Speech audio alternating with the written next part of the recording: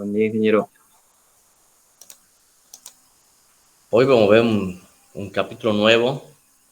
Si bien estamos un poquito más adelantados con la teoría que con la práctica, tenemos un fin de semana largo y vamos a perder ahí un par de clases de teoría. Así que, bueno, ya después de la semana que viene ya nos vamos a estar poniendo a la par con la práctica, digamos. Bueno, hoy vamos a ver compresión de gases. Ya le he cargado el apunte ahí en la fase virtual. Vamos a ver qué son los procesos de compresión, o sea, para qué sirven. Vamos a ver un poco una clasificación de compresores y también cómo se hace la compresión en múltiples etapas y para qué sirve, ¿no? Bueno, ¿qué es comprimir un gas?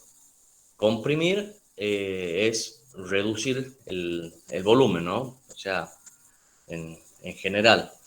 Y en particular para los gases va acompañado de un aumento de presión. Entonces, la, la compresión se usa, digamos, con distintos fines. A veces usamos la compresión para almacenar, como estamos comprimiendo, estamos disminuyendo el volumen, el gas ocupa menos espacio, entonces es una opción para almacenar un gas, digamos. Y después hay muchos otros usos, como se comprime para algún proceso, por ejemplo, puedo comprimir aire, si necesito aire comprimido en algún proceso, se puede usar para automatismo, para, qué sé yo, cilindros neumáticos, sistemas neumáticos de control y automatización. Se puede comprimir para transporte, como hay un aumento de la presión, entonces se usa la compresión para transportar gases, o sea, por ejemplo, en los gasoductos.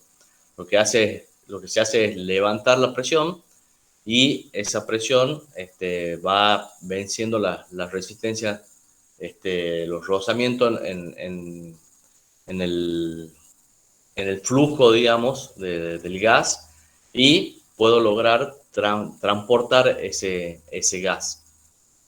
Bueno, se usa compresión también en la industria frigorífica o en criogenia. Se usa compresión para licuación de gases, para producción de oxígeno, o sea, la compresión se usa en distintos procesos, ¿no? Hay muchísimos procesos en los que se usa compresión de gases. Bueno, generalmente la compresión se realiza en sistemas abiertos, eh, que son los compresores, digamos. Hay distintos tipos de compresores, que ya lo vamos a ver un poquito más adelante, pero también hay distintos tipos de compresiones, o sea, de procesos de compresión desde el punto de vista termodinámico. Este, bueno, entonces desde el punto de vista termodinámico tenemos la compresión adiabática y tenemos la compresión refrigerada o politrópica, y dentro de lo que es la refrigerada o politrópica está la compresión isotérmica, que vamos a ver ahora a continuación. Bueno, la compresión adiabática, ya hemos visto la clase pasada que si tenemos una máquina operatriz reversible, teníamos que si además es adiabático, entonces tenía que ser a entropía constante. Entonces vemos en un IS que este sería el proceso de compresión adiabática reversible, desde 1 a 2, esta vertical que está acá.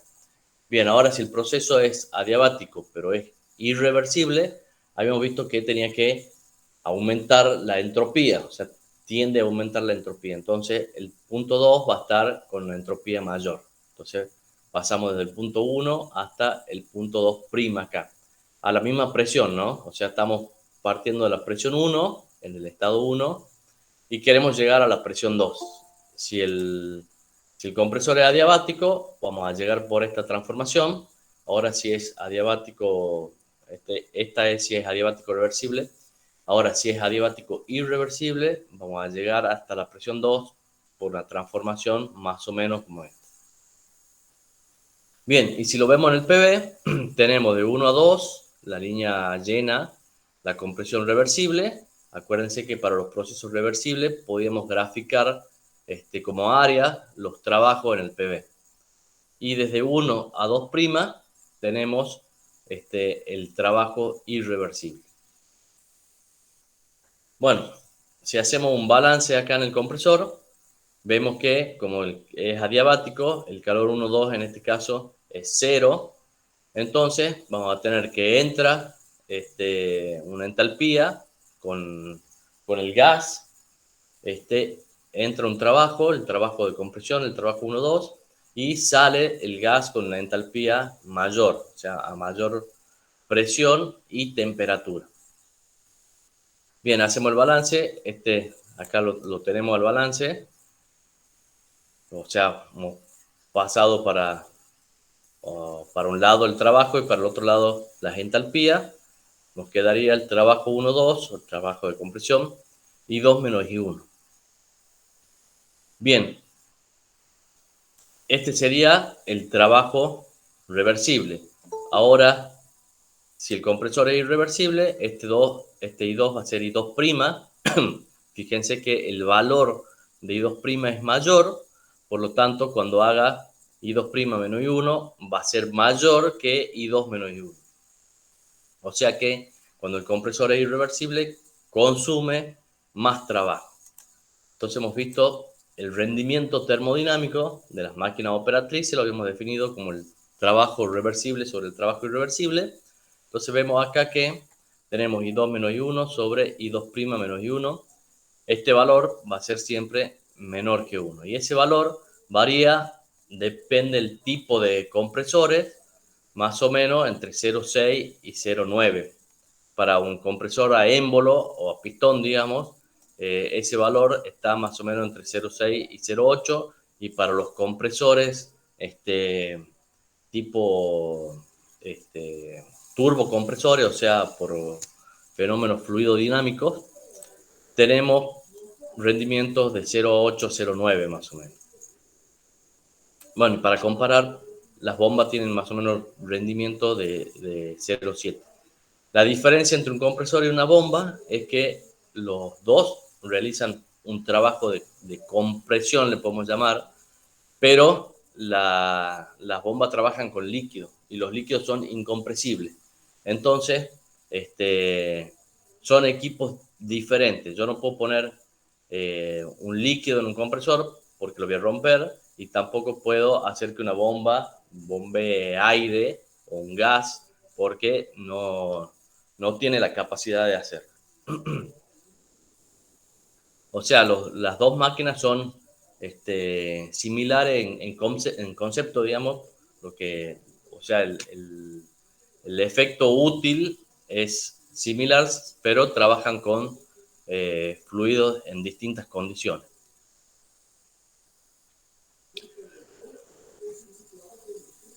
Bien, entonces veíamos en este caso que cuando tenemos un compresor adiabático irreversible, tenemos mayor consumo de trabajo que en un compresor adiabático reversible. O sea que el calor que está generándose por el rozamiento, vemos que me hace consumir más trabajo. Entonces, intuitivamente nosotros podemos decir, si lo refrigeramos, sacamos este calor, vamos a tener menos trabajo. Y si sacamos más calor todavía, bueno, ¿qué opinan? ¿Vamos a tener menos trabajo aún?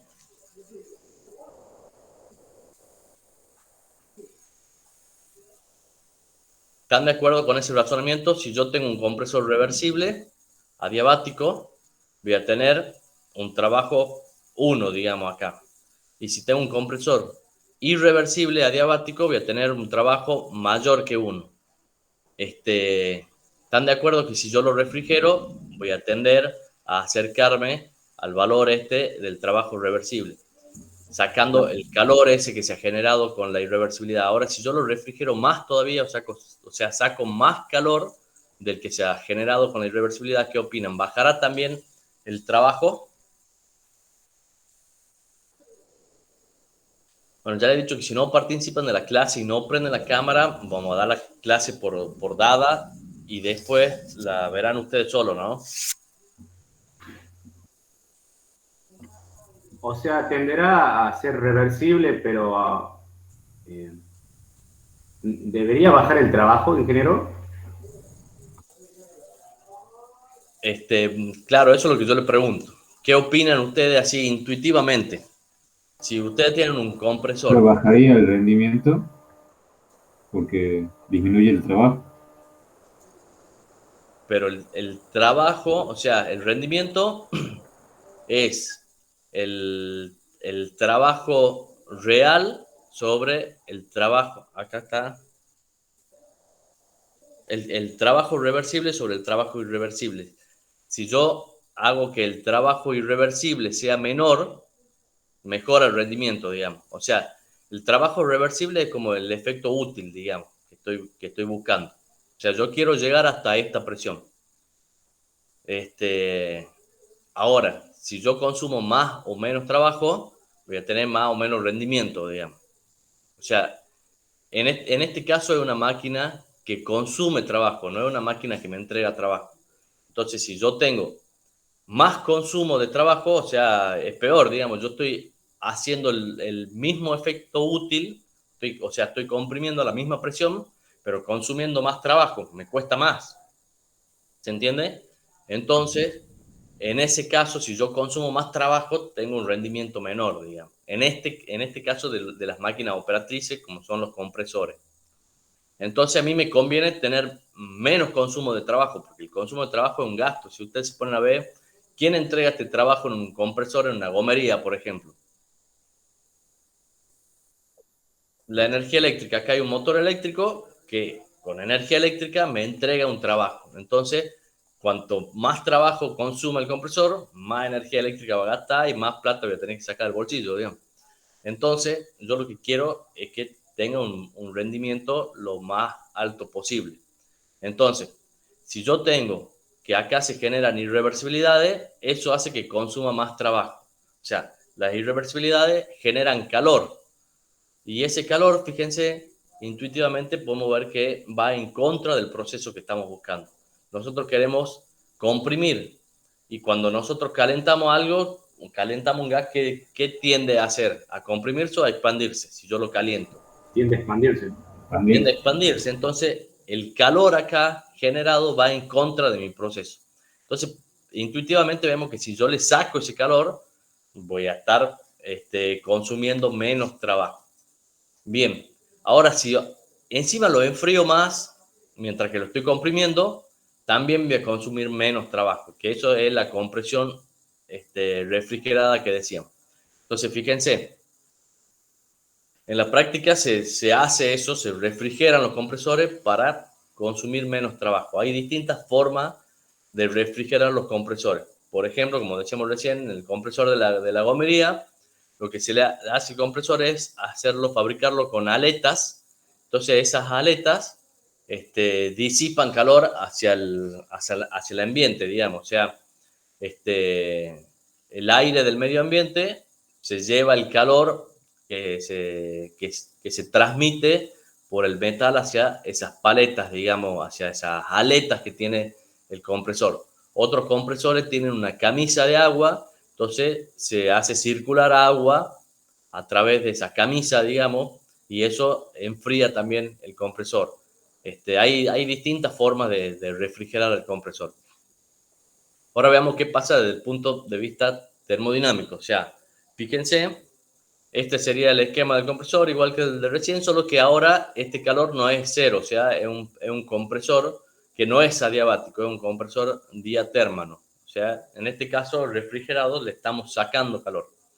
Bien, la compresión, habíamos dicho, adiabática, reversible era a entropía constante. Sería esta que está acá, de 1 hacia la vertical, digamos, hasta llegar a la presión P2, que es hasta donde queremos llegar. Nosotros la compresión la hacemos en este caso para llegar a la presión P2. Bien, entonces esta sería Q igual a 0, o sea, la adiabática reversible.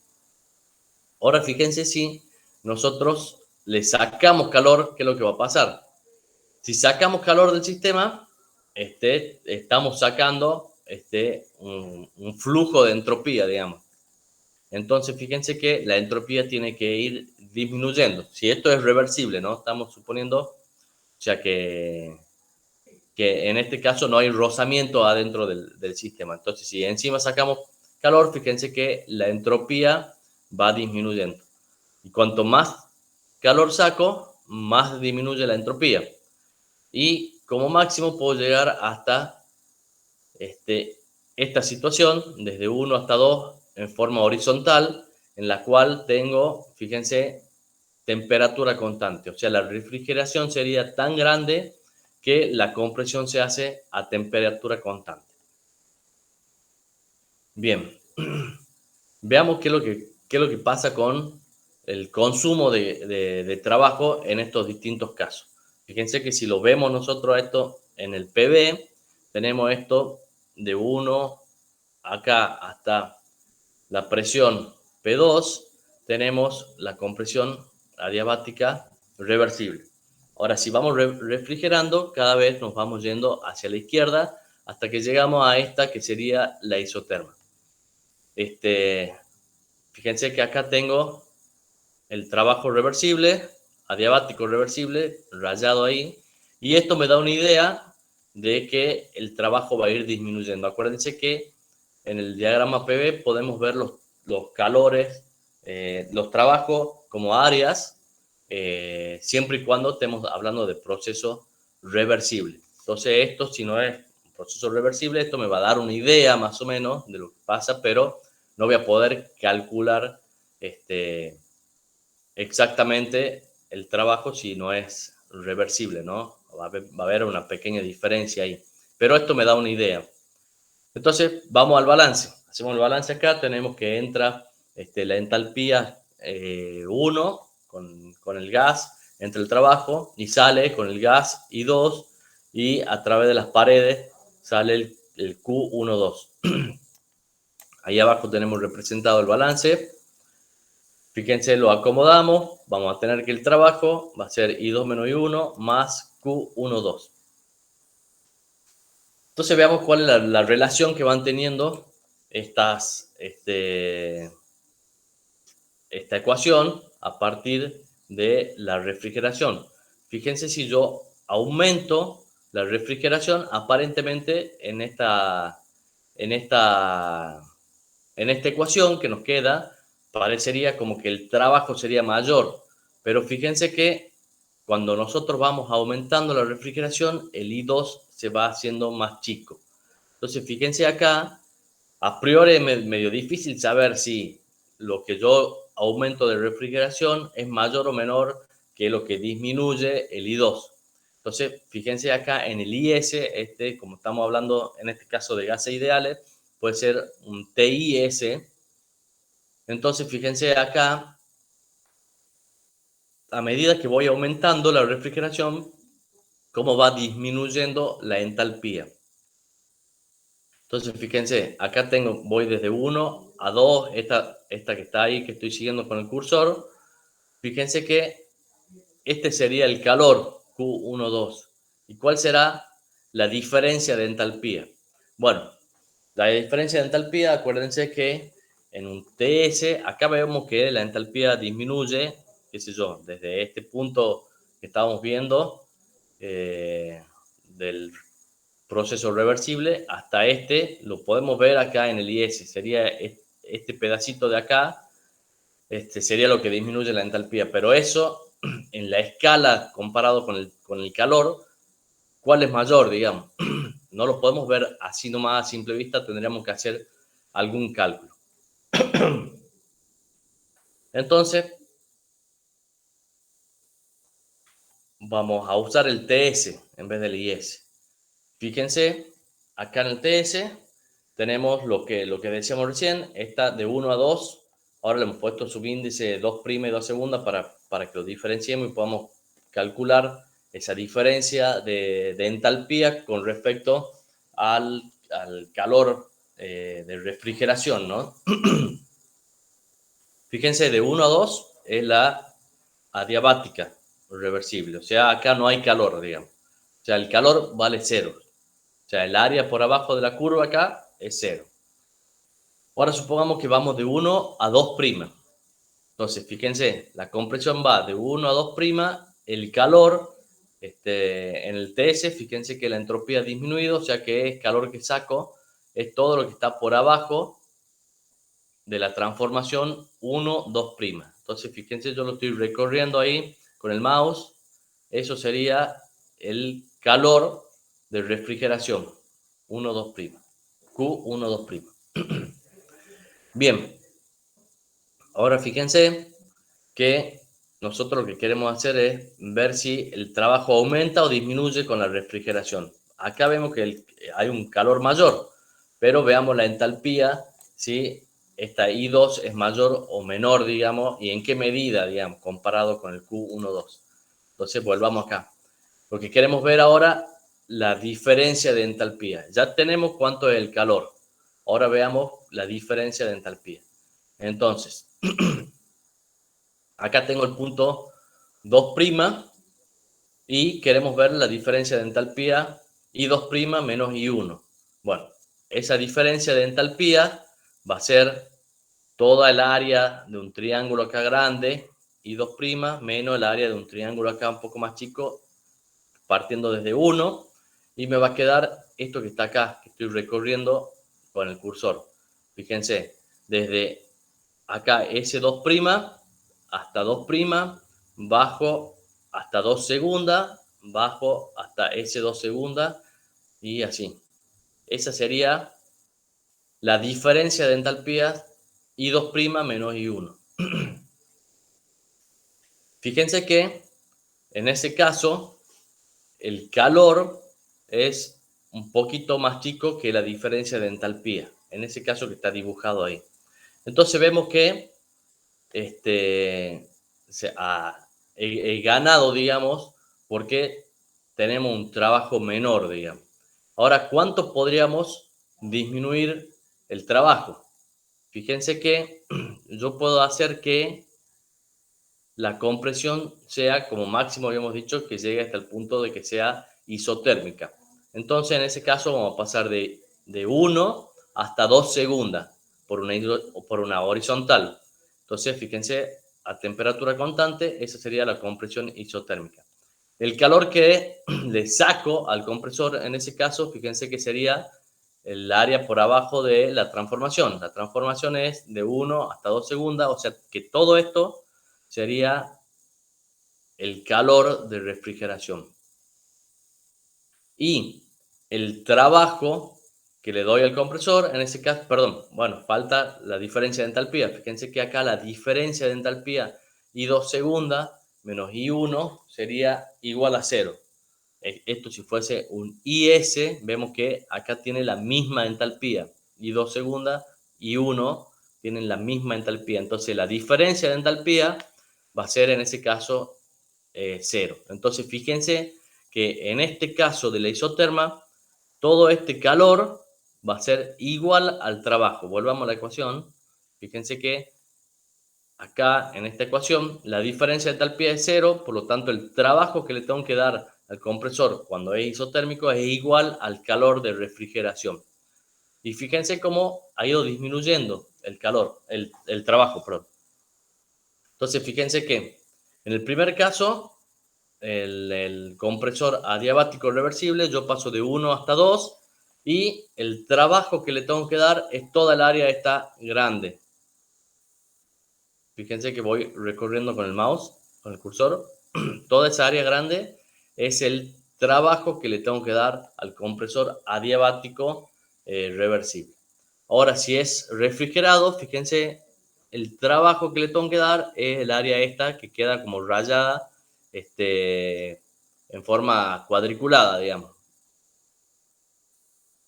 Ese es el trabajo que le tengo que dar al compresor refrigerado hasta I2', digamos. Ahora, si la refrigeración es mayor, tenemos un compresor isotérmico y todo esto va a ser el trabajo. Entonces vemos cómo va disminuyendo el trabajo a medida que voy aumentando la refrigeración. Y el punto límite es refrigerar tanto y tan rápido, digamos, que lleguemos hasta una compresión isotérmica. Ese sería el menor trabajo para lograr la compresión. Ahora, ¿por qué no se puede lograr esa compresión en la práctica, esa compresión isotérmica? ¿Qué opinan? ¿Por qué no se podrá en la práctica hacer un compresor isotérmico?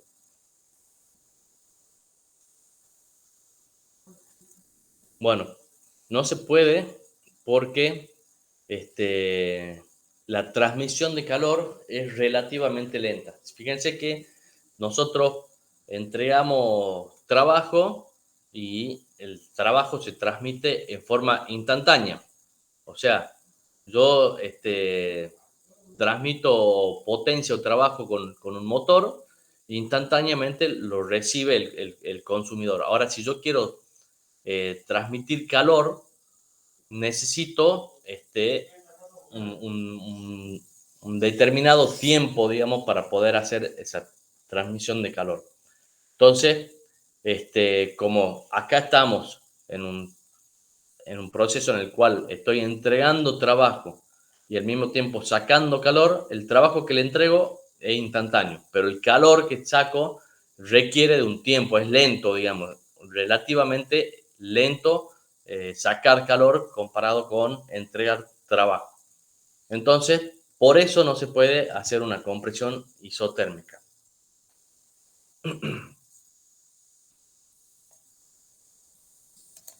Bueno, veamos un poquito más con las ecuaciones para que tengan algunas herramientas más para ver esto y entender cómo mejora la compresión cuando es refrigerada. Fíjense, en este caso, de una compresión de 1 a 2, tengo una compresión adiabática. Tenemos el caso A acá. Y fíjense que acá está calculado el trabajo. Entonces, el trabajo de 1 a 2 va a ser I2 menos I1, más el calor, que en este caso es 0. Entonces, directamente I2 menos I1. En este caso, lo puedo calcular con la integral de Cp de T. Y fíjense, me va a quedar el área grande esa que les decía. Ahora, en el caso de la compresión politrópica o refrigerada, vamos a tener I2 menos I1, en este caso I2' menos I1, más el calor Q1, 2'. Entonces, de nuevo, esta parte, la diferencia de entalpías de I2' menos I1, la puedo sacar con la integral de T1 a T2', Cp de T, más el calor. Entonces, fíjense, esto sigue siendo lo mismo y la parte del calor la obtenemos de las ecuaciones de las transformaciones en función de m. Para esta transformación, acuérdense que hay un determinado m y el m dependía de la refrigeración, o sea, físicamente dependía de la refrigeración. Entonces, con ese valor de m nosotros podemos calcular cuánto es el calor acá que le estamos sacando al compresor. Como les decía, si se fijan acá, la diferencia de entalpía está representada por este diagramita rayado horizontalmente. Fíjense ahí. Y el calor por este otro rayado horizontal desde acá. Entonces, fíjense, la suma de eso, todo lo que está rayado horizontal, sería el trabajo en el caso de la compresión politrópica. Y bueno, y por último, el caso C es la compresión refrigerada al límite, digamos, al máximo, que sería la isotérmica. En ese caso tenemos que todo el trabajo que le entrego es igual al calor. Y si se fijan, esto también ya lo habíamos visto en el capítulo de las transformaciones, donde veíamos que en el caso de la isoterma, el calor es igual al trabajo. Y acá lo volvemos a ver. En ese caso, ¿cómo lo calculamos? El calor es T por delta de S, o sea, el área del rectángulo S, que estaría ahí representada con las líneas en diagonal, digamos. Bueno, resumiendo, cuanto mayor es la refrigeración, menor es el trabajo que le tenemos que dar al compresor.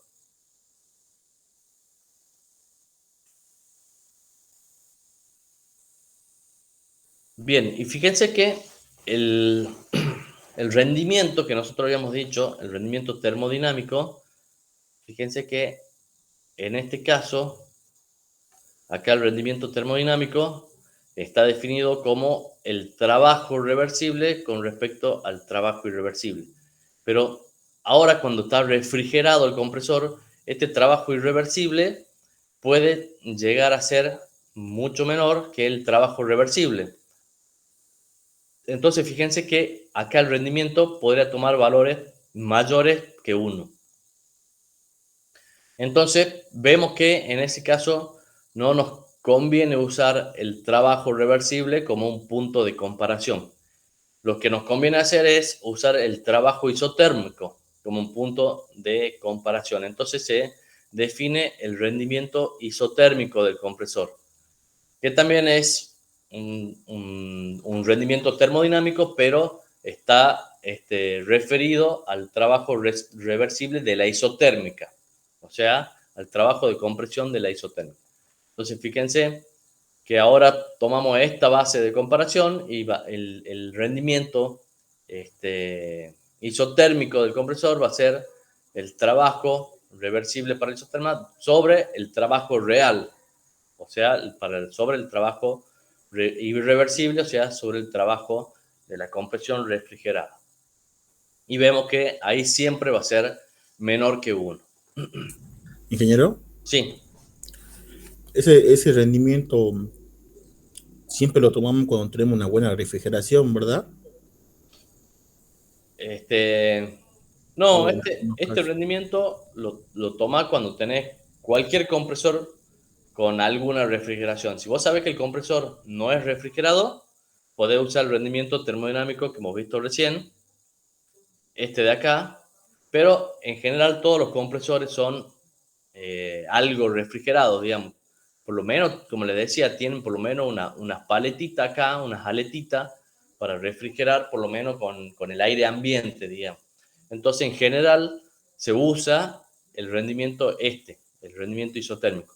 Y no importa la magnitud de la refrigeración, te conviene usar digamos. Bien, ingeniero. Bueno, les decía que hay distintos sistemas de compresión desde el punto de vista mecánico, digamos. Acá simplemente vamos a ver una clasificación y después en la práctica ustedes van a ver un compresor en detalle, un compresor tipo capsulismo que lo van a calcular ustedes, lo van a dimensionar al compresor. Y después en máquinas hidráulicas van a ver también las máquinas del tipo centrífugas, o sea, por efectos fluidodinámicos, digamos. Bueno, esta clasificación que le decía se divide en compresión por capsulismo y compresión por fenómenos hidrodinámicos o fluidodinámicos, como decíamos. Se caracteriza por ser, en el caso de la compresión por capsulismo, discontinua y por fenómenos fluidodinámicos, continua.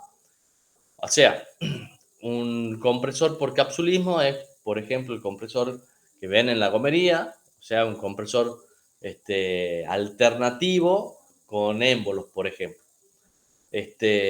Y un compresor por fenómeno fluidodinámico, hidrodinámico, es un compresor tipo un ventilador. O sea, un ventilador, como el ventilador que tiene en la casa, es un compresor, solo que es un compresor de caudal y no de presión, digamos. O sea, un ventilador es un compresor que lo que busca es generar mucho caudal, pero no importa el aumento de presión, digamos.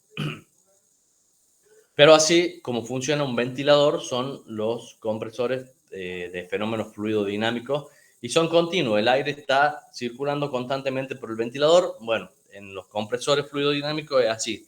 O sea, continuamente está circulando el gas que se está comprimiendo.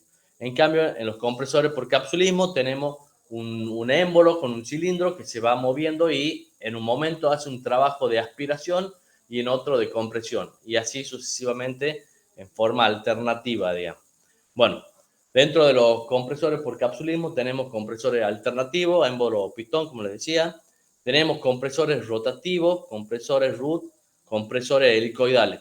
Ustedes tienen ahí en la cartilla, en la fotocopia, tienen fotitos de los distintos compresores para que los vayan viendo, para que los comprendan la diferencia que hay entre los distintos tipos. Y el que vamos a ver nosotros en detalle en la práctica es el compresor de émbolo pistón. Y bueno, y después los de fluido hidrodinámico tenemos compresores centrífugos radiales y compresores axiales.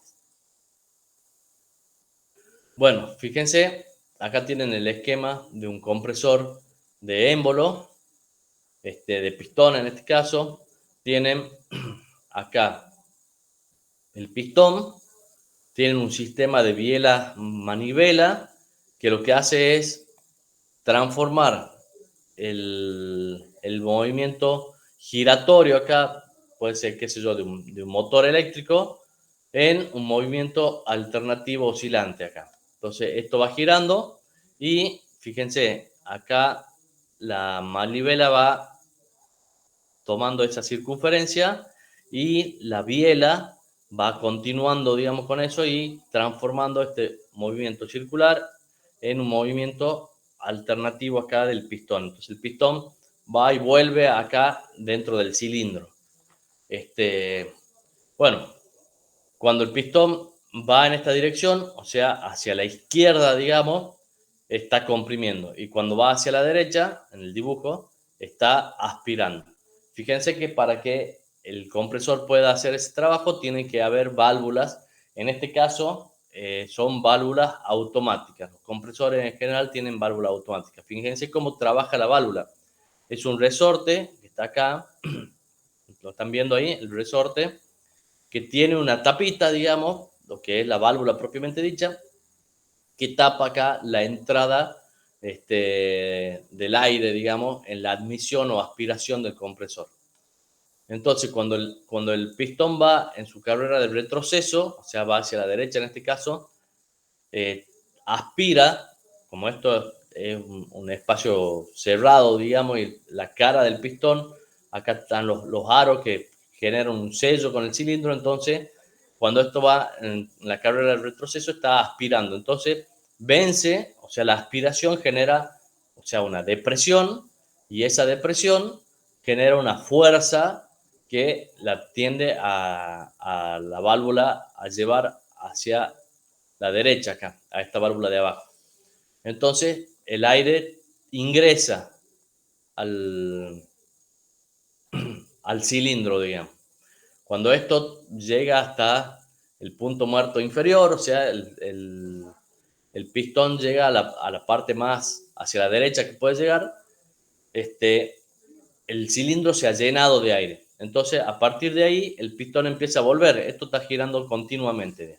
Entonces, el pistón empieza a volver hacia la izquierda y todo el aire que ha quedado ahí se empieza a comprimir. Cuando el pistón empieza a volver, genera un aumento de presión dentro del cilindro y eso hace que se cierre esta válvula. Ayudado por el resorte, genera una fuerza que la cierra la válvula. No permite que el aire salga. Entonces, cuando va aumentando la presión, fíjense que el aire hace más fuerza todavía para que no pueda salir por esta válvula. Pero ¿qué pasa? Esta válvula está exactamente al revés. Entonces, la fuerza que genera la presión acá adentro hace que esta otra válvula se abra y empieza a salir el gas por acá. Entonces tenemos la expulsión del gas mientras que va el pistón hacia la izquierda, digamos. Cuando el pistón llega al punto muerto superior, o sea, a lo más que puede llegar hacia la izquierda, la válvula o sea, sale casi todo el gas, hay una parte que queda, digamos, porque hay un espacio que no podemos usar, que le llamamos espacio nocivo. Entonces, ahí sale el gas hasta que se iguala la presión de adentro y de afuera del cilindro y se cierra la válvula por efecto del resorte. Bueno, ese es el funcionamiento del compresor alternativo. Bueno, acá tienen distintos parámetros, la carrera del émbolo, del pistón, tiene el punto muerto inferior, el punto muerto superior, como les decía, el espacio que ocupan las válvulas es un espacio necesario para las válvulas, pero es un espacio contraproducente porque ahí queda una parte del gas que no la estoy aprovechando, por eso le llamamos espacio nocivo. Bien, tienen el conducto de admisión, el conducto de escape, y en este caso tenemos un compresor de simple efecto. También podríamos tener, como ven acá, un compresor de doble efecto, o sea que trabaja con las dos caras del pistón. O sea, fíjense en este caso, esto vendría a ser el pistón, y cuando va en este sentido, va la parte de la izquierda del cilindro va comprimiendo, mientras que la parte de la derecha va aspirando. Y cuando va en el otro sentido, al revés, la parte de la izquierda va aspirando y la de la derecha va comprimiendo.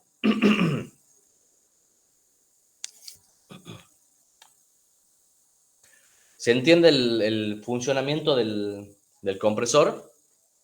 Sí.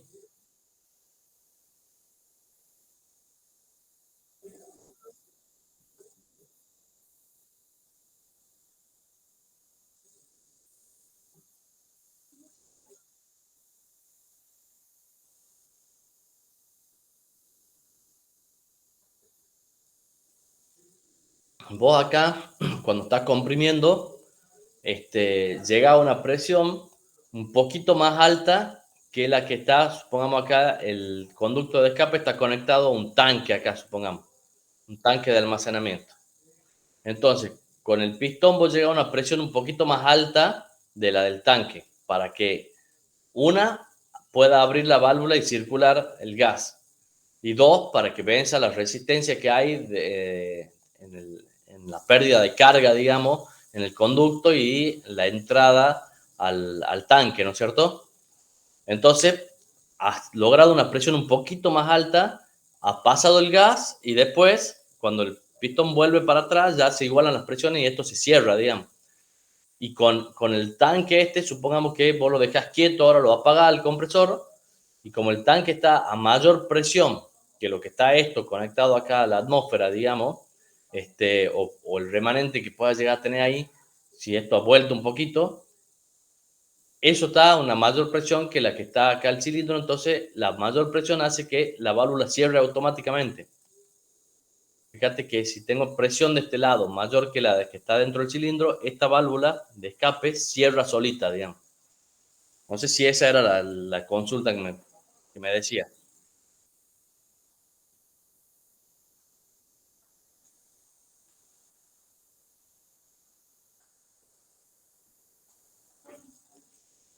Sí, el tanque eventualmente queda a presión atmosférica porque si vos, no sé, supongamos que lo tenés que limpiar al tanque, no depende de lo que estés usando, digamos. Puede llegar a quedar a presión atmosférica, no sería ningún problema que quede a presión atmosférica. En general, los tanques tienen purgadores, no hace falta vaciarlo entero para purgarlo, digamos, tienen purgadores que son unas valvulitas que van en la parte inferior del tanque, que lo que hace es, cada tanto se le acciona y se saca el agua. ¿Por qué? El aire atmosférico tiene agua que nosotros no la vemos porque está en estado de vapor, digamos, entonces no la estamos viendo, pero cuando nosotros aspiramos aire del ambiente acá y después comprimimos, eso va al tanque, y en el tanque se termina enfriando el aire ese, y el agua del aire se condensa, se va acumulando en el fondo del tanque y obviamente va tomando nivel, digamos, a medida que se va comprimiendo aire y usando aire, a medida que se va enfriando el aire en el tanque, el agua queda ahí. Entonces, cada tanto se lo purga, se la purga al agua, se la saca al agua, digamos. Y puedo bajar la presión, o sea, con el uso, digamos, del aire que está en el tanque, puedo bajar la presión prácticamente hasta la presión atmosférica, prácticamente que el tanque quede igualado con la presión atmosférica, digamos. Y se va a demorar en llenar en función de la capacidad del tanque y de la capacidad del cilindro. Fíjate que esto es chiquitito comparado con el tamaño del tanque que puede estar cargando, pero esto está girando a altas velocidades, digamos. Entonces el pistón está moviéndose así rápidamente, digamos. Entonces esto parece, si yo hago una vez, es como que no cargo nada de aire, pero si esto gira muchas veces por minuto, bueno, está llenando bastante con aire, digamos, el recipiente, ¿no?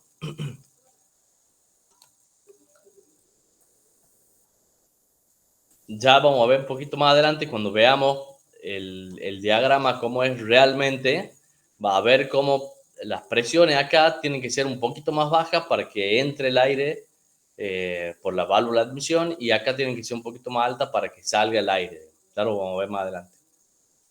Bueno, acá tenemos un esquema simplificado de los pasos que hace el compresor alternativo. Fíjense, un compresor ideal que no tenga espacio nocivo, o sea, que estas válvulas sean perfectas, no necesite el espacio ese para el resorte, digamos, y que no se gaste ningún espacio, o sea, que el émbolo pueda llegar hasta acá, hasta la pared de la salida, digamos.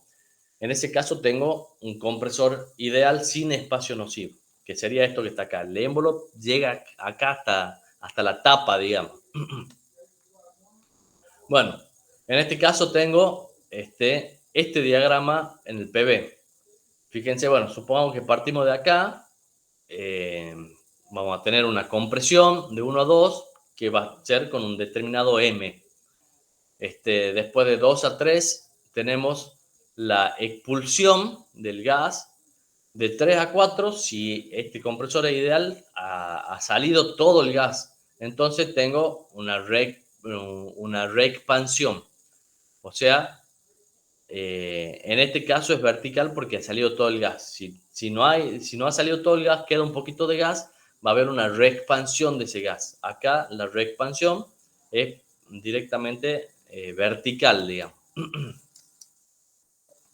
Bueno, y de 4 a 1, cuando vuelve el émbolo, tengo la aspiración. Entonces, aspiración, compresión, expulsión y reexpansión. Y de nuevo, o sea, aspiración, compresión, expulsión y reexpansión. Bien, el trabajo del compresor, en este caso, cuando no tengo espacio nocivo, lo podemos calcular con las ecuaciones que hemos visto ya en el capítulo de transformaciones, conociendo el M. Entonces, por ejemplo, acá tenemos M sobre M menos 1 por P1V1 por 1 menos P2 sobre P1, la M menos 1 sobre M.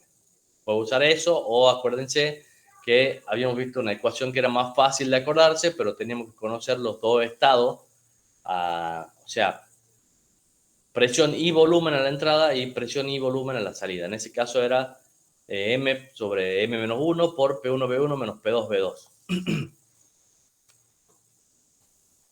Y bueno, y obviamente es el área que queda adentro del cilindro. Ahora, si yo tengo la reexpansión, puedo hacer lo mismo con dos M distintos. O sea, en la compresión tengo un M y acá en la reexpansión tengo otro M. Entonces puedo hacer las dos áreas y restarlas. Así que también puedo usar las ecuaciones del capítulo de transformaciones si tengo espacio nocivo. Bueno, entonces, este es un diagrama de un compresor ideal sin espacio nocivo, y este es un diagrama ya de un compresor real con espacio nocivo, y acá también se ve la resistencia en las válvulas, que es lo que hablábamos recién a raíz de la pregunta que me han hecho recién.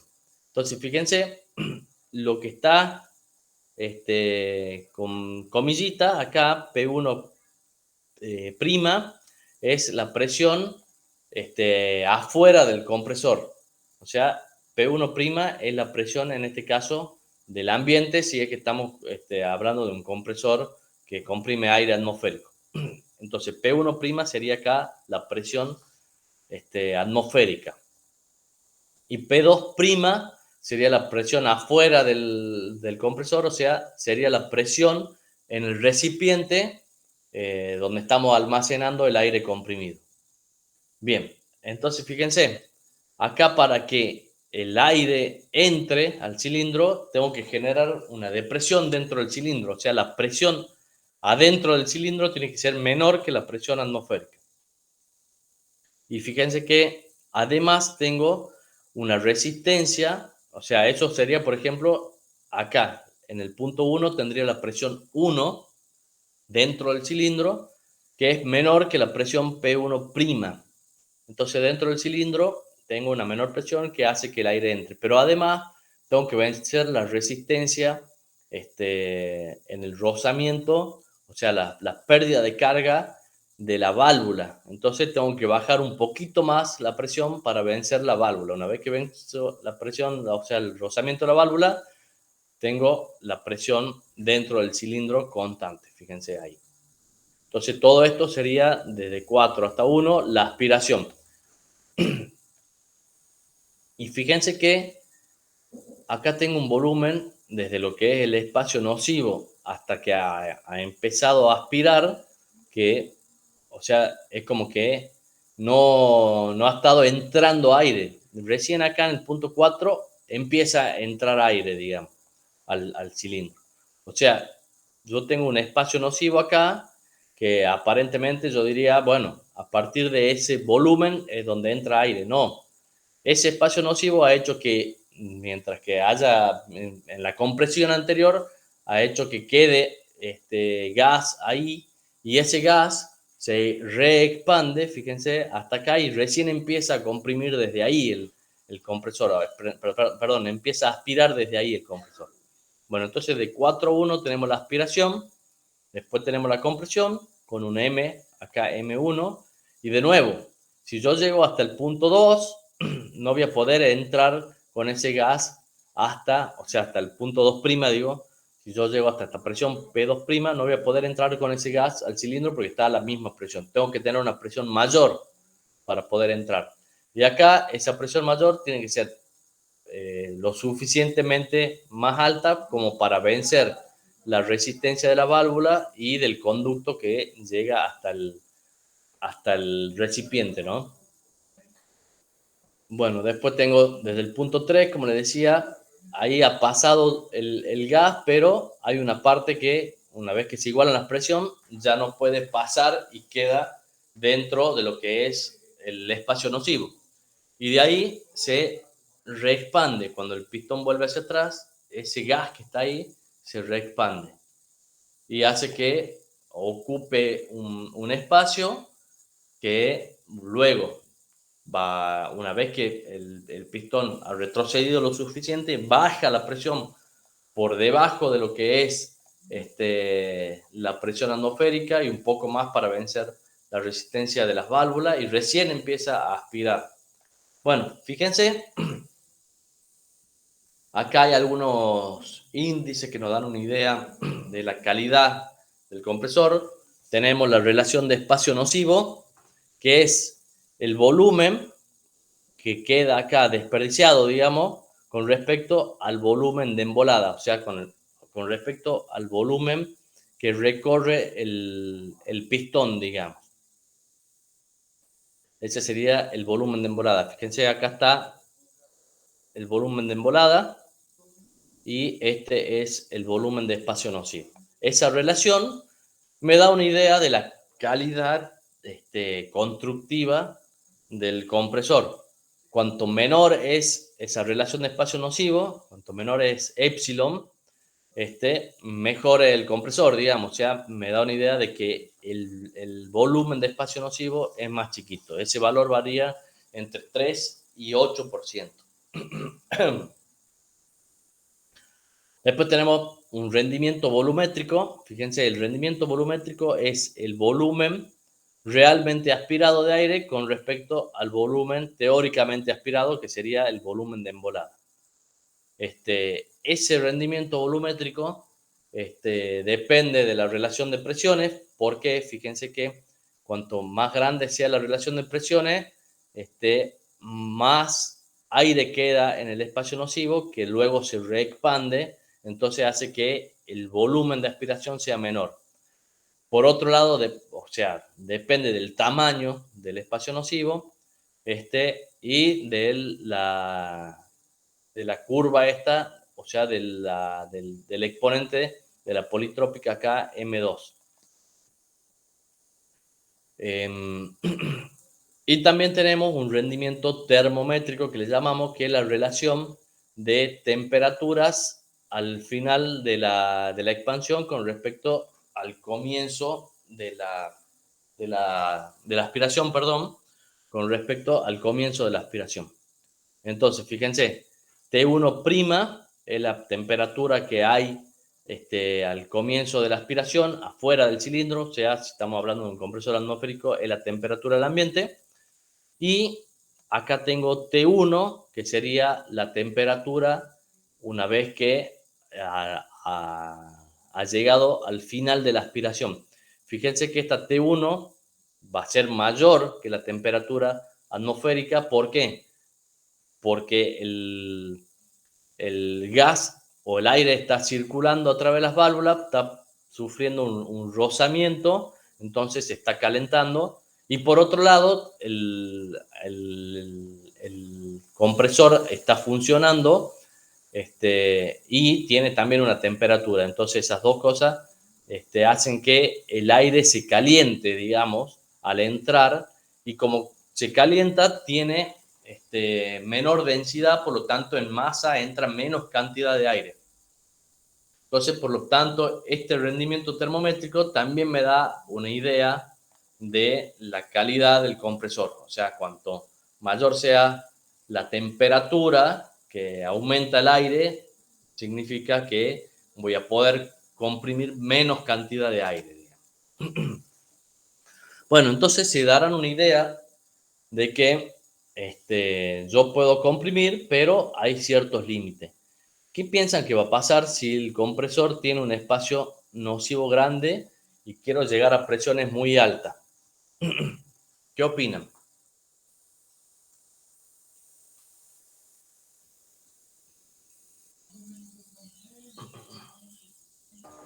Va a estar difícil, va a consumir mucho trabajo. Va a consumir mucho trabajo porque la presión a la que quiero llegar es alta, sí. Pero ¿en qué me perjudica el espacio nocivo? O sea, ¿el espacio nocivo es igual de nocivo si la presión es baja o si la presión es alta? ¿Qué opinan?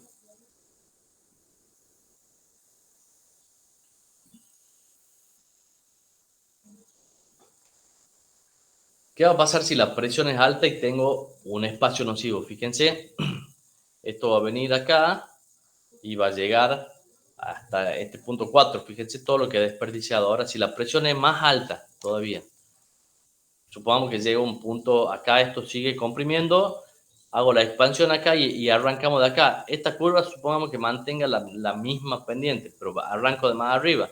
Fíjense que se va a venir más para acá, o sea, la expansión va a ser mayor, la reexpansión. Entonces, la aspiración cada vez va a ser, la aspiración efectiva, digamos, va a ser cada vez menor, digamos, o sea, la parte donde realmente entra aire al cilindro cada vez va a ser más chica.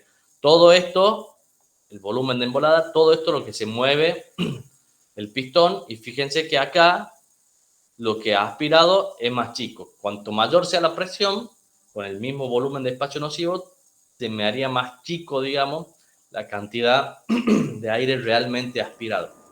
O sea, el punto 4 se desplaza hacia la derecha. Exactamente. Esto se va más hacia arriba y el punto 4 se va más hacia la derecha.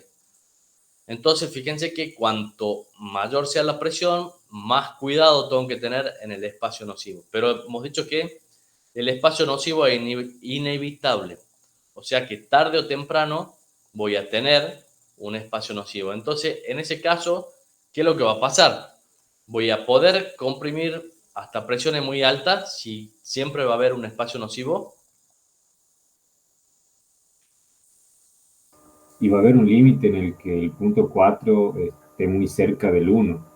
Exactamente, esto va a subir acá y cuando llegue acá se hará la expansión y cuando haga la reexpansión va a volver y va a caer tan cerquita de acá que, o sea, esto va a terminar trabajando como un amortiguador y no va a entrar ni va a salir aire, digamos. Entonces, ahí ya no voy a poder comprimir más, voy a tener un límite para una presión. Entonces, como, o sea, a medida que voy aumentando las presiones, tiene que tener más calidad el compresor, hace más esfuerzo, porque obviamente tiene más resistencia por la misma presión. Aparte, tiene que tener menor espacio nocivo, porque si no, tenemos el problema de tener un equipo muy grande con muy poquita aspiración. Entonces, cada vez que va aumentando la presión, tengo que tener mejor calidad del compresor, pero así todo va a llegar a un límite. Ese límite es cuando se comporte como un amortiguador, como le decía, y en ese caso, fíjense que van a coincidir las dos curvas de la compresión y de la reexpansión. No hay trabajo adentro, fíjense como las dos curvas están iguales, no va a estar prácticamente consumiendo trabajo más que venciendo los rozamientos, pero no va a generar un trabajo útil, digamos, porque no sale el gas. Entonces, no tendría sentido, digamos. Fíjense, acá lo podemos ver la influencia que tiene el espacio nocivo en el rendimiento volumétrico. El rendimiento volumétrico hemos dicho que era la relación de lo realmente aspirado sobre el volumen de embolado.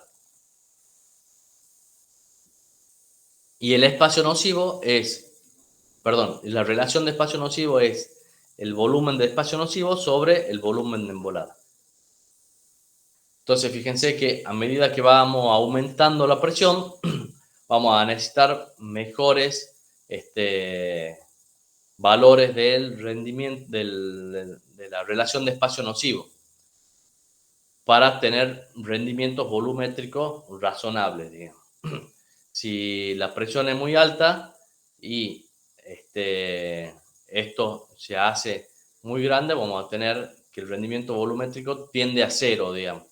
Entonces, en ese caso, no estaríamos aprovechando ningún efecto útil del compresor. ¿Cómo podemos solucionar esto? Bueno, fíjense que si yo no puedo llegar a presiones muy altas de una sola vez, porque todos los compresores tienen un volumen de espacio nocivo, porque lo necesitamos para las válvulas, entonces lo que puedo hacer es comprimir hasta una menor presión y después refrigerar y volver a comprimir. Eso se llama compresión en múltiples etapas. Fíjense, entonces yo no puedo comprimir de una sola vez hasta esta presión final. Entonces lo que voy a hacer, voy a comprimir a una presión más baja, después a eso lo enfrío y recién vuelvo a comprimir hasta la presión que quiero llegar al final. Entonces supongamos, nosotros vamos a comprimir desde el estado 1, que es el estado ambiente, y queremos llegar hasta la presión P4 acá, hasta la 4. Si nosotros la continuamos en este diagrama, tendríamos que hacer una compresión así hasta acá arriba más o menos, ¿no es cierto? En el TS. Y acá en el PB, fíjense, acá tendríamos el punto 1, digamos, bueno, está corrido para acá. Si hacemos una compresión, tendríamos que venir hasta la P4, digamos, tendríamos que hacer una compresión así, digamos. Y ahí hacemos la expansión, tendríamos una reexpansión que vendría hasta acá y fíjense, acá tendríamos todo esto, perderíamos de aspirar. Aspiraríamos desde acá hasta acá únicamente. Entonces lo que hacemos es comprimir a una menor presión. Vamos a comprimir hasta una presión intermedia. Acá está puesta como P2. Y de ahí salimos de ese compresor y entramos hasta al otro compresor. O sea, hacemos una refrigeración y recién entramos al otro compresor. Desde acá comprimimos ahora hasta la presión 4 y de ahí sale el gas hasta el uso, digamos. Acá está el esquema de la instalación. Tengo un compresor que comprime hasta la presión 2 y le entrego una potencia 1,2.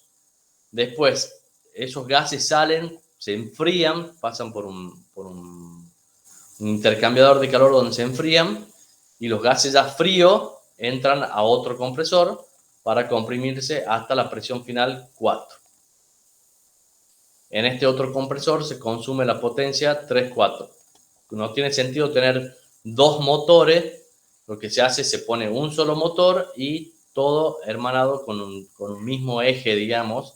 O sea, se transmite la potencia a través de este eje de este compresor con un acople al eje de este otro compresor.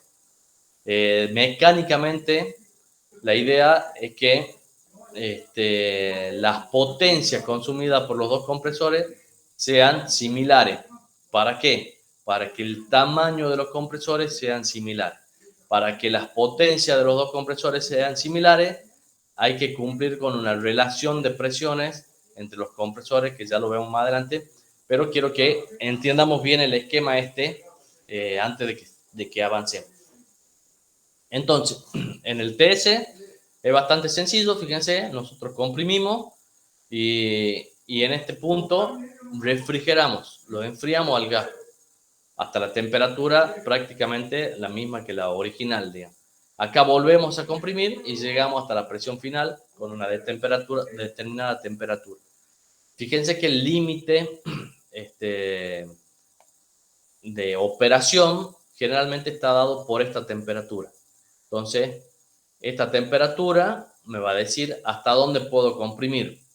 Entonces, esta la vamos a tomar como una temperatura máxima. Entonces, eso me va a dar, según la presión a la que yo quiera llegar, la cantidad de compresiones que tenga que hacer.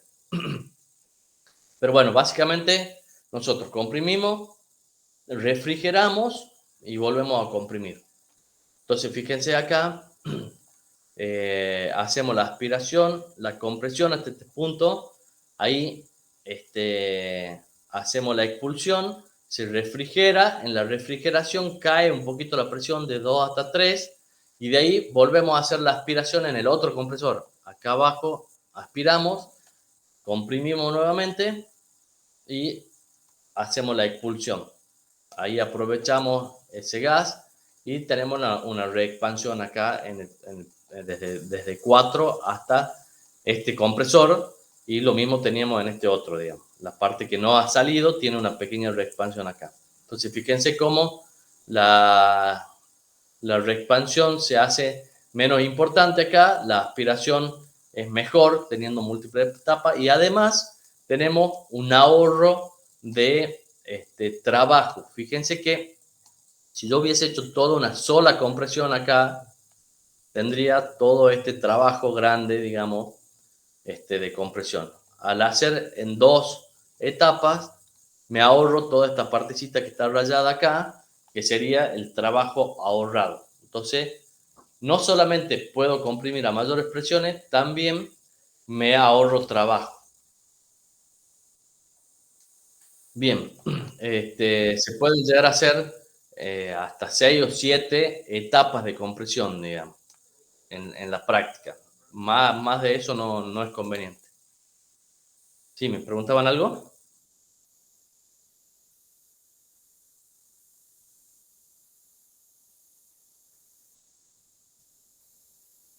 Claro.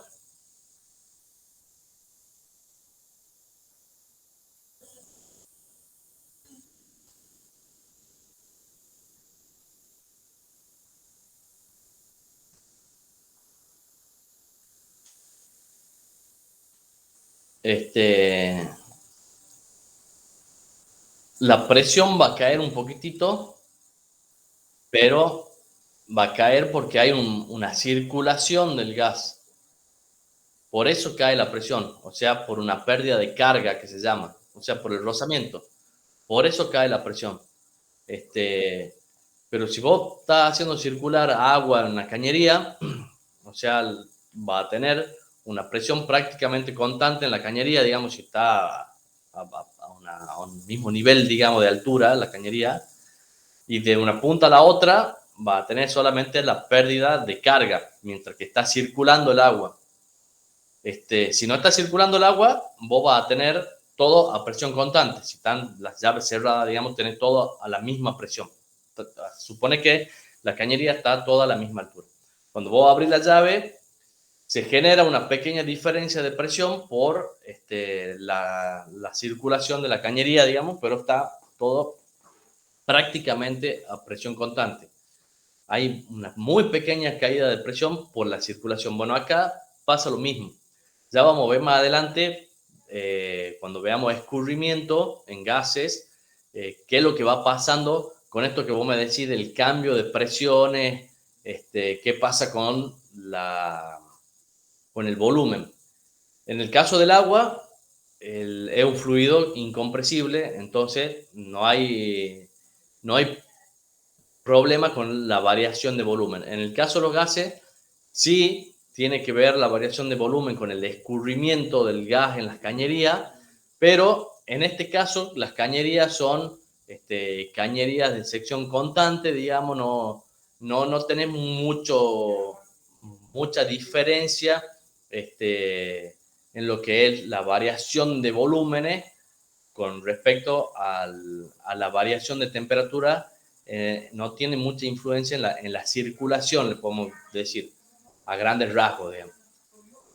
Entonces vos vas a hacer un enfriamiento, aparte, o sea, vas a hacer un enfriamiento, pero esto está fluyendo constantemente, digamos. Entonces, mientras que está fluyendo, es prácticamente a presión constante. Prácticamente porque en realidad sí hay una caída de presión. Y acá está dibujada como que está a presión constante, pero sí hay una pequeña caída de presión por la circulación del gas. Y es lo que está dibujado acá. Acá sale a la presión 2 y fíjate que acá, si está dibujada la caída de presión, cae un poquito la presión hasta 3 y recién el otro compresor lo aspira. Entonces ve esta diferencia acá en este diagrama. Acá tengo P2 acá y P3 acá. Hay un saltito ahí de presión, si bien es chiquitito, pero existe una caída de presión. Y de hecho, si te pones a pensar, si hubiese la misma presión a la entrada y la salida, ¿podría haber circulación? No. Entonces, tiene que haber una pequeña diferencia de presión para que pueda haber circulación, digamos. Entonces, sí, realmente hay, como vos decís, una pequeña caída de presión.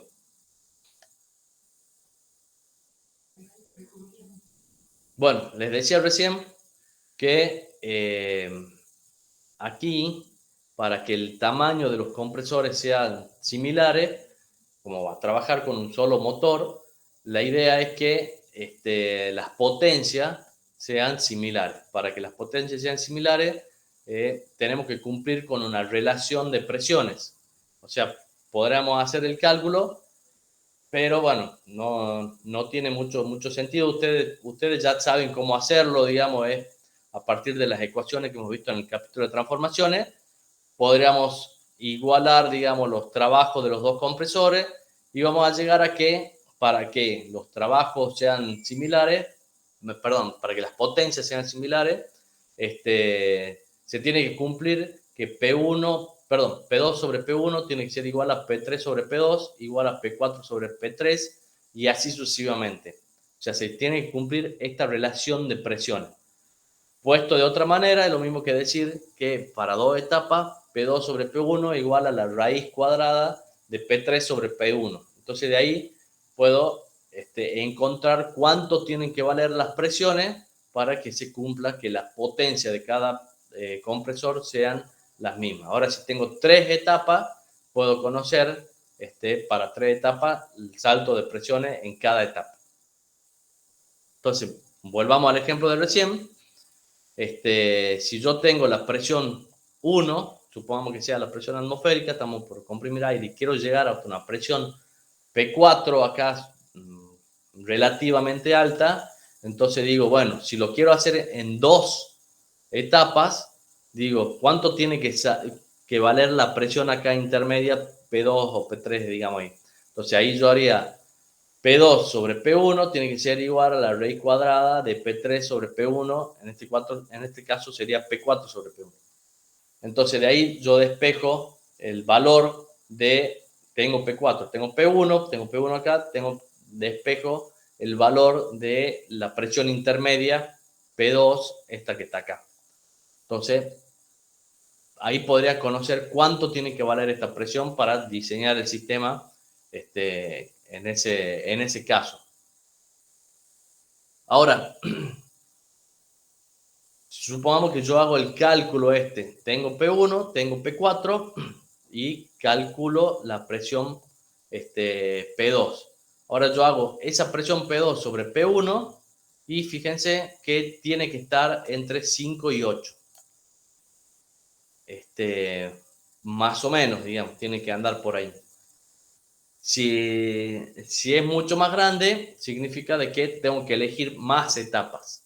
Entonces, esa es una forma de saber cuántas etapas necesito en mi compresión en múltiples etapas. De esa manera puedo conocer la cantidad de etapas. Fíjense que, ¿por qué entre 5 y 8? Y varía, digamos, en ese rango, y cuándo va a estar más cerca de 5 y cuándo va a estar más cerca de 8.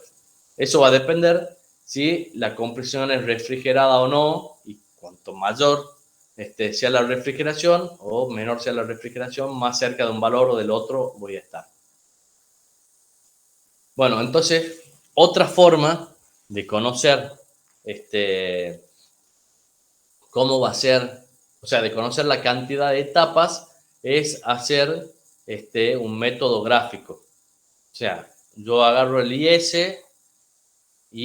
o el TS y pongo mi punto inicial. Este sería P1, T1. Supongamos que un compresor que comprime aire atmosférico, entonces esto va a ser T0, la presión, la temperatura ambiente, y acá tengo la presión ambiente, este sería mi punto 1. Y quiero llegar hasta una presión, esta que está acá. Bueno, marco esta presión en el diagrama, o está marcada, digamos, la presión en el diagrama, y les decía que tenemos generalmente una temperatura máxima, que es más o menos la temperatura ambiente más 180 grados, digamos. Entonces esa, supongamos, es la temperatura máxima. Entonces yo comprimo hasta ahí, bajo a presión constante y digo, este salto que tengo acá, dividido en todo este salto grande que tengo acá, va a ser el número de etapas. Perdón, al revés. El salto grande, total, dividido en ese salto va a ser el número de etapas. Ahora fíjense, o sea, si yo haría esto todas las veces así, voy a llegar hasta la presión que quiero, ¿no? Ahora fíjense que esto puede variar. Si yo tengo un compresor adiabático reversible, voy a tener tantas etapas. Ahora si tengo un compresor refrigerado, esto va a venir para acá y después para acá. Fíjense que este salto se hace mayor. Por lo tanto, este salto grande, el salto de entropía total dividido en el salto de entropía de una etapa, cada vez va a ser menor. Por lo tanto, van a necesitar menos etapas. Bueno, fíjense, ahí está graficado para los distintos casos de una compresión. Esta es adiabática reversible, la vertical. Esta es adiabática irreversible, que se va hacia la derecha. Y esta es una politrópica o una compresión refrigerada. Entonces vemos cómo la relación de P2 sobre P1 va a variar para los distintos casos, digamos. En este caso, que es igual a 5, será, por ejemplo, para esta, la politrópica o refrigerada. En este caso, tengo P2 sobre P1 6 y en este 8, digamos. Bueno, no sé si tienen alguna duda. Fíjense acá, tienen un diagrama hecho a escala. Ya estoy como... Y acá están, fíjense, la presión de baja y... Perdón, acá está la presión de baja y la temperatura ambiente. Y acá está la temperatura máxima y la presión a la que se quiere llegar, en este caso, es acá 200 bar.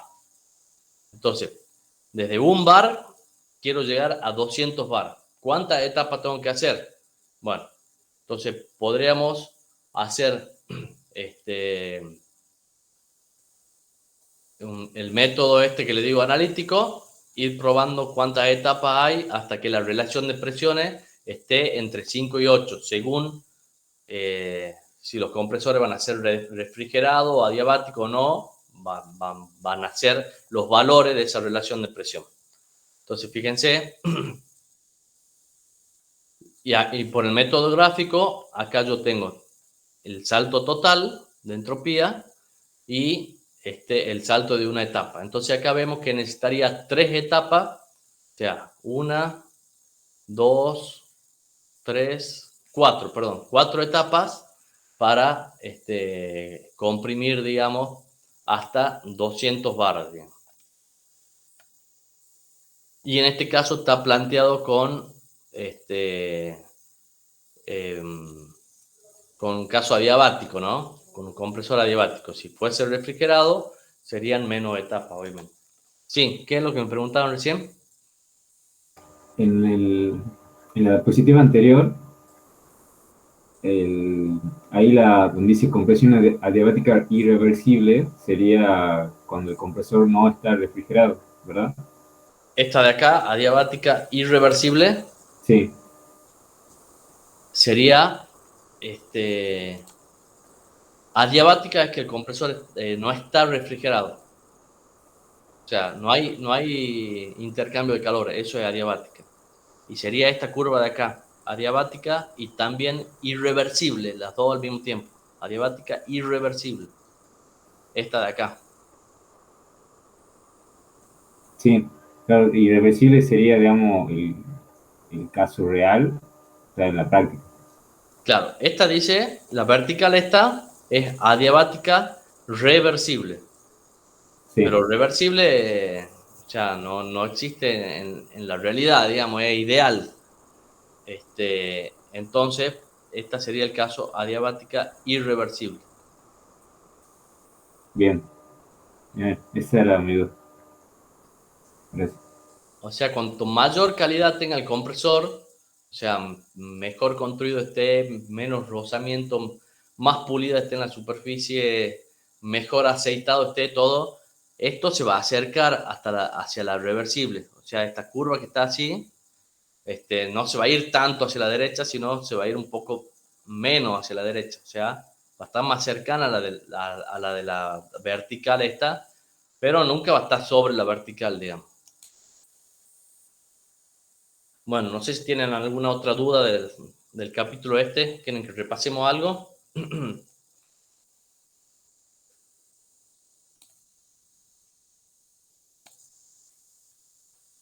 Bueno, nos vemos el miércoles entonces en la práctica. Bien, ingeniero. Bueno, Bueno, que hasta anden bien. luego. Muchas gracias.